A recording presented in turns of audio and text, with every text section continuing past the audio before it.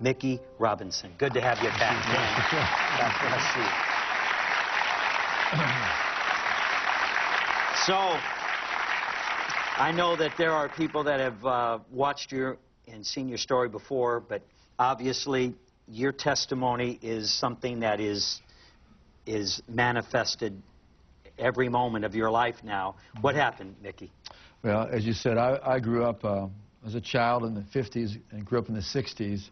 And as a teenager and then a young man, you know, I was exercising my earthly talents, my looks, my athletic stuff and all that. And I grew up in what the talk show host would call a dysfunctional family, although I didn't really know it, you know. People didn't talk about that kind of stuff. But my dad was an alcoholic and said he was an atheist. My mother was this little Roman Catholic Sicilian woman who just wanted us kids to look good, go to Catholic school, and, you know, look good. And we lived in a nice, typical suburb like Happy Days. And after that, I got this job without going to university in a stock brokerage firm. And so I had the image. I was going for the image that, you know, the American dream says if you're good looking, you got 2.3 kids, you got the right thing, and you get all this stuff, and you got all these things, everybody's going to love you. So, you know, on the outward, people would say, man, you really got your act together, you know, and, you know, because I had all this stuff. But inside, I know now, and actually secretly, you really do know then, that there's an emptiness. And you're trying to fill it with temporary things from this life. Yeah. And you just create a greater appetite. And so it wasn't, you know, the exciting job and the future wife, the girl I'd gone with in high school, and all the friends, all the excitement, and snow skiing and gymnastics and championship football team. But I started skydiving, and that really became my addiction. Wow. I mean, they talk about bailout a lot on TV. Well, it means something totally different to me. Airplanes are fun to fly in, but they're a lot more fun to jump out of. Wow. And some people think that doesn't make sense, but I really found out I was really skilled at it, and it really is cool to jump out of an airplane.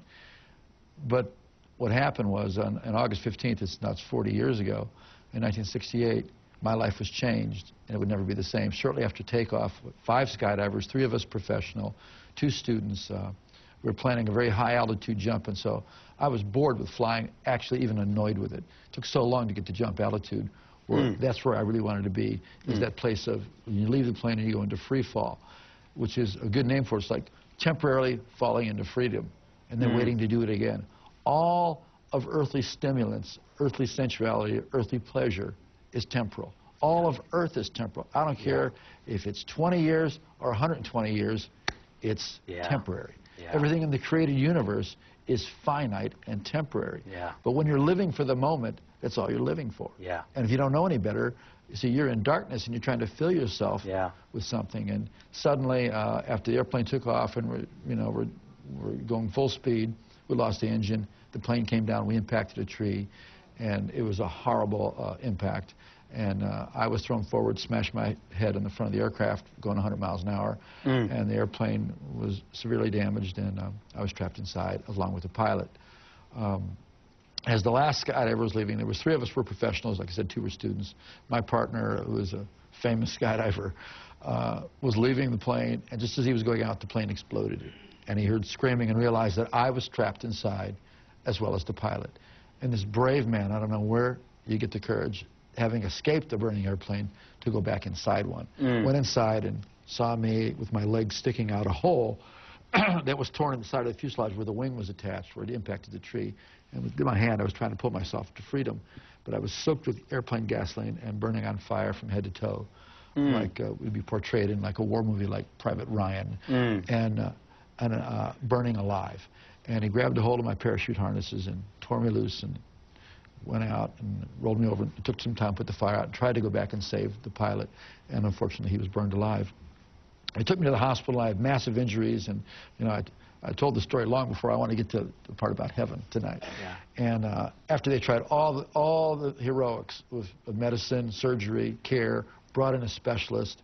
After they tried everything they knew how to do, they brought in a specialist in the field from one of the greatest hospitals in our country, and he examined me, and he said, there's simply nothing that can be done, and they just were going to give up and just let me die. I had 7 fatal complications, all wrapped up into one. I don't care how healthy you are, any one of those complications would kill the healthiest person You in the had world. 7. And I had all of them together. And I was Mercy. bleeding 10 pints of blood a day. I had infection all over my body. I was blind in my right eye.